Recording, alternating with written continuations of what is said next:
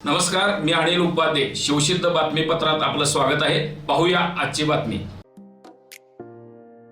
जुनाट आजार, पोटाचे आजार, गुडघेदुखी, सांधेदुखी, कंबरदुखी, बीपी, शुगर, कफ, मूळव्याध, हातापायात मुंग्या येणे, डोळ्यांचे आजार, स्पॉन्डिलोसिस अशा अनेक जुनाट आजारांवर विना ऑपरेशन, विना दुष्परिणाम, कायमस्वरूपी उपचार करणारे डॉक्टर शार्दूल ससे यांचे गांधीनगरमधील मोहिते मळ्यात असणाऱ्या आरोग्य ॲक्युपॉइंट सेंटरमध्ये दुपारी 4 ते रात्री 9 या वेळेत आणि कोल्हापूर कळंब्यातील दत्तोबा शिंदे नगरामध्ये दररोज सकाळी 7 ते दुपारी 1 वाजेपर्यंत अवश्य भेट द्या.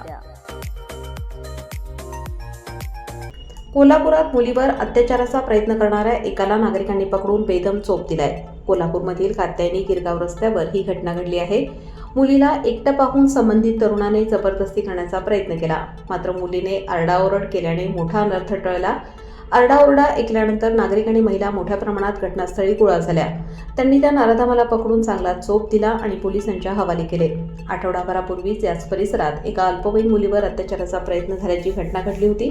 दरम्यान ही घटना ताजी असतानाच आता पुन्हा अशीच घटना घडल्याने मुलीच्या सुरक्षेचा प्रश्न ऐरणीवर आला आहे.